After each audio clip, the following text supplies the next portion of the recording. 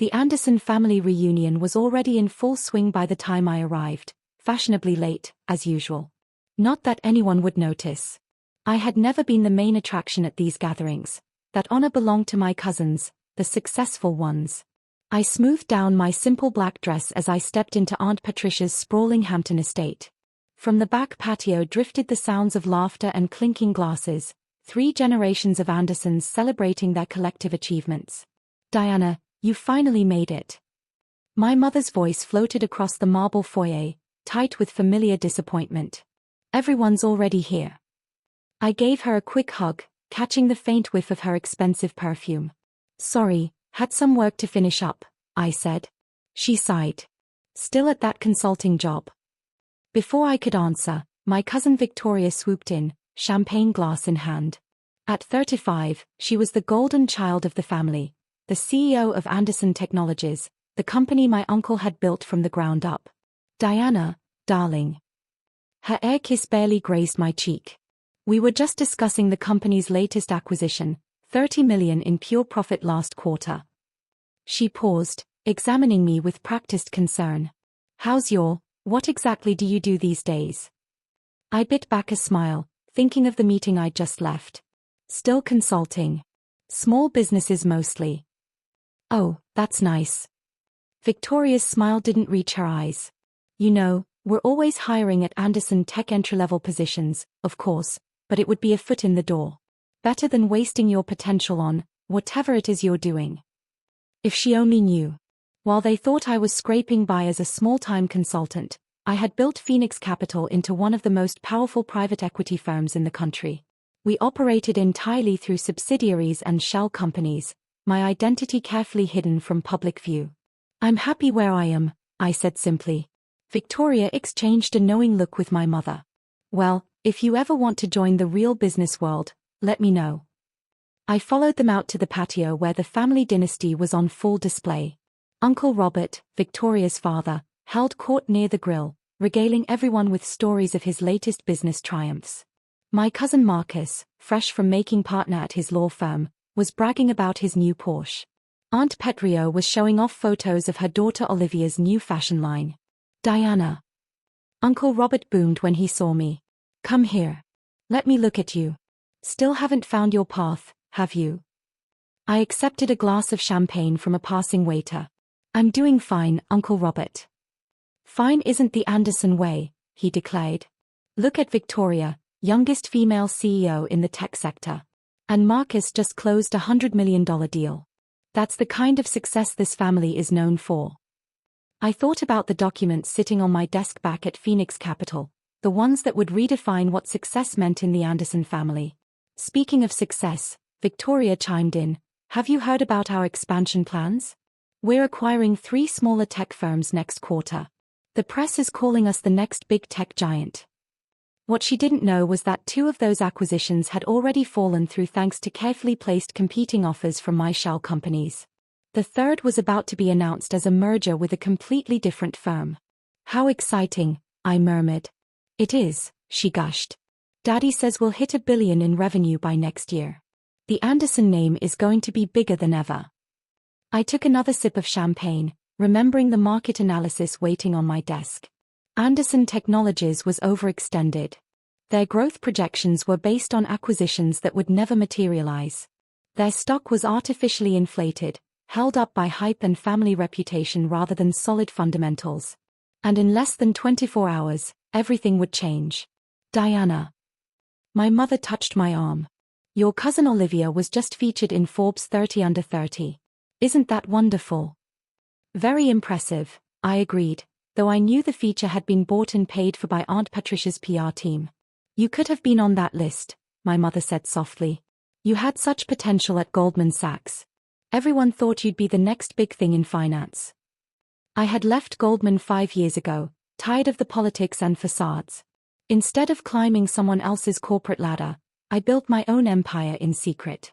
Phoenix Capital now managed over $50 billion in assets, though no one knew the founder and CEO was the Anderson family's underachiever. "Times change, Mom." Speaking of change, Victoria announced loudly, commanding everyone's attention, "I have big news. Anderson Tech is launching our IPO next month. The initial valuation is projected at $4 billion. The patio erupted in cheers and congratulations. Uncle Robert beamed with pride while Marcus began calculating his family's future net worth out loud. Diana, Victoria turned to me with false sweetness, you should buy some shares when they go public. A small investment might help you finally build some real wealth. I thought about the team of analysts working late tonight finalizing the details of tomorrow's announcement. I'll keep that in mind. Poor thing, I heard Aunt Patricia whisper to my mother. She just never lived up to her potential, did she? Such a shame, my mother agreed. All that education, and what does she have to show for it? I checked my phone, knowing what was coming. Right on schedule, a message appeared from my assistant. Final papers ready for review. Press release drafted for 9 a.m. tomorrow. Victoria noticed me looking at my phone. Work emergency, she smirked. One of your little consulting clients having a crisis. Something like that. I smiled. Actually, I've been meaning to ask you about Anderson Tech's Asian market strategy. I heard there were some concerns about the semiconductor division. Victoria's smile faltered slightly. The semiconductor division's troubles weren't public knowledge yet. Where did you hear that? Oh, you know how rumors spread in the business world, especially when a company is preparing for an IPO. Everything is fine, she said firmly, but I could see the worry in her eyes. The IPO will proceed as planned. If only she knew that Phoenix Capital had spent the last year quietly acquiring controlling interests in Anderson Tech's key suppliers, or that we'd already secured support from the majority of their board members for tomorrow's hostile takeover. Of course, I said soothingly. I'm sure everything will work out exactly as it should. The reunion continued into the evening, a parade of family achievements and barely veiled criticisms of my life choices. I sat through it all, sipping champagne and waiting for the perfect moment. At least come work for me, Victoria tried one more time as the party wound down. Family should help family, right? I looked at her thoughtfully. You know what, Victoria? You're absolutely right. Family should help family.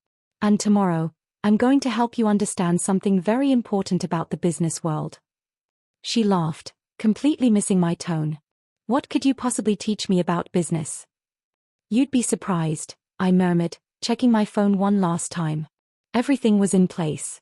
In less than 12 hours, the Anderson family would learn that success doesn't always wear a designer label or brag at family reunions. Sometimes it sits quietly in the corner, waiting for the perfect moment to show its true face. The next morning, I sat in my penthouse office at Phoenix Capital, watching the sunrise paint the city skyline in shades of gold. In exactly 1 hour, the business world would learn that Anderson Technologies was under new management. The press release is ready, my assistant, Marie, announced from the doorway. And the board members have all confirmed their votes. I nodded, adjusting my Chanel suit, a rare indulgence for days like this. Victoria was already at Anderson Tech headquarters preparing for their IPO announcement. She'd scheduled a press conference for 9:30, a conference that would never happen. Perfect timing, I murmured. My phone buzzed. A message from Victoria. Thought about what I said? Last chance to get in on the IPO before we go public. Family discount. I set the phone down without replying. Instead, I opened my laptop to review the morning's announcement one last time. Phoenix Capital announces acquisition of controlling interest in Anderson Technologies. Effective immediately, the board has approved new executive leadership. At exactly 9 a.m., the news broke. I watched on multiple screens as the story spread across financial networks. Breaking, Anderson Technologies acquired in surprise takeover. Tech giant's IPO plans derailed by Phoenix Capital. Mystery CEO strikes again, Phoenix Capital's latest power move. My phone exploded with notifications. Victoria called 7 times in 3 minutes. Uncle Robert's name flashed across my screen repeatedly. Even Marcus, the hotshot lawyer, was trying to reach me. At 9:15, Marie appeared again. They're all in the lobby. The entire Anderson family. I smiled. Send them up. Victoria bowed through my office door first, her perfect makeup already smudged with angry tears. Who do you think you are? You can't do this. We're announcing our IPO today. Uncle Robert was right behind her, his face purple with rage. Where is the CEO? I demand to speak with them immediately. Mom. Dad. They froze at my voice. I think you already are. The silence that followed was deafening. Victoria's mouth opened and closed like a fish out of water. Uncle Robert gripped the back of a chair for support. My mother pressed a hand to her chest, her designer bracelets jingling. That's impossible, Victoria finally whispered. I stood slowly, savoring the dramatic effect. Is it? Let's see. Phoenix Capital, founded 5 years ago, currently manages assets worth over $50 billion. Known for strategic takeovers of overvalued tech companies. I paused. Sound familiar? You're the mystery CEO, Marcus stammered. The one they call the Phoenix. The very same. I picked up a folder from my desk. Would you like to see the numbers, Victoria? The real numbers, not the inflated projections you've been showing potential investors. She snatched the folder, her hands trembling as she flipped through the pages. These are confidential. How did you? Your semiconductor division is failing, I stated calmly. Your Asian market expansion was built on fraudulent data. And 3 of your top executives have been quietly selling shares for months. Shall I continue? Uncle Robert finally found his voice. Now see here, young lady. No, I cut him off. You see here. For years you've built this image of the perfect business dynasty, the mighty Andersons, too successful to fail. But it was all smoke and mirrors, wasn't it? I pressed a button on my desk. The wall of screens behind me lit up with data, real data, revealing Anderson Technologies' true financial state. Your company's actual value is less than half what you've been claiming, I continued. The only thing keeping your stock price afloat was the hype around the IPO. An IPO that is now cancelled. Victoria collapsed into a chair, her designer dress crumpling. Why? Why would you do this to your own family? I laughed softly. My own family? The same family that spent years mocking my career choices? The same family that offered me entry-level positions out of pity. We were trying to help you, my mother protested weakly. No, I said firmly. You were trying to control me. To force me into your version of success. I walked slowly around my desk. But real success isn't about appearances or family names. It's about building something solid. Something real. So, this is revenge. Uncle Robert demanded. This is business, I corrected him. Phoenix Capital acquires underperforming companies and restructures them into something worthwhile.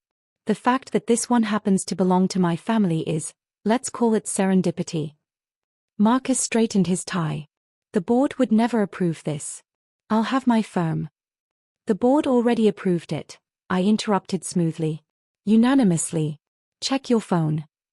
As if on cue, their devices buzzed with news alerts.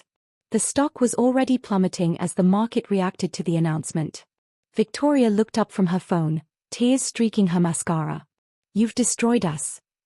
No, I said firmly. I've saved you from yourselves. Phoenix Capital specializes in turning failing companies around. In 6 months, Anderson Technologies will be stronger than ever, just not under Anderson management. And what happens to us? My mother asked quietly. I pressed another button. Fresh documents appeared on the screens. You'll each be offered fair compensation for your shares. Generous severance packages for the current executives. And, I smiled slightly, I might have some entry-level positions available. You know, a foot in the door. The irony wasn't lost on them. Victoria shot to her feet, smoothing her crumpled dress. You won't get away with this. I already have. I sank back into my chair. Now, if you'll excuse me, I have a company to restructure. They left in stages. Marcus was first, already on the phone with his law firm. Then Uncle Robert, supporting a shell-shocked Victoria. My mother lingered at the door. All this time, she whispered. You were building this empire? All this time, I confirmed, while you were busy being embarrassed by my small consulting business. She shook her head slowly. I don't even know you anymore. No, I agreed. You never did. After they left, I walked to the window, watching the city buzz below. Maria appeared with fresh coffee. Their security passes have been deactivated at Anderson Tech. The transition team is already in place. The press is clamoring for an interview with the Phoenix. Several outlets have already guessed the family connection. I smiled. Let them speculate. Actions speak louder than interviews. My phone buzzed one last time, a text from Victoria. I hope you're happy. You've torn this family apart. I typed back, no, Victoria. I've just shown you what real success looks like. Over the next few months, Phoenix Capital transformed Anderson Technologies. We streamlined operations, fixed the semiconductor division, and built genuine partnerships in the Asian market. The stock price, after its initial drop, climbed steadily, this time based on real performance rather than family reputation. I even kept my promise about job offers. Marcus joined our legal department, entry-level, of course. Victoria declined, but Uncle Robert surprised everyone by accepting a role as senior advisor. Turns out, he knew quite a bit about technology when he wasn't busy selling the family name. The next family reunion was different. Aunt Patricia still hosted at her Hampton estate, but the crowd was smaller. The usual bragging was replaced with subdued conversations. And me? I sat in my usual corner, sipping champagne. Victoria approached near the end of the evening, her designer clothes a little less flashy than before. I've been thinking about what you said, about real success. She hesitated. Will that entry-level position still be available? I studied her for a moment. Come by the office on Monday. We'll talk. As I drove home that night, I thought about success, and its many definitions. The Andersons had always measured it in appearances, in stock prices, in press coverage and designer labels. But real success, I'd learned, was about building something meaningful, even if nobody knows your name. The next morning, I arrived at my office early. The Phoenix Capital logo glowed against the dawn sky, while 40 floors below, the old Anderson Technologies sign was being replaced. Maria met me with my usual coffee. The board meeting is set for 10 o'clock. They want to discuss the next acquisition. I smiled, already thinking of another family-owned company I'd been watching, one run by distant cousins who'd always looked down on the failed Anderson daughter. Perfect timing, I said. Let's show them what real success looks like.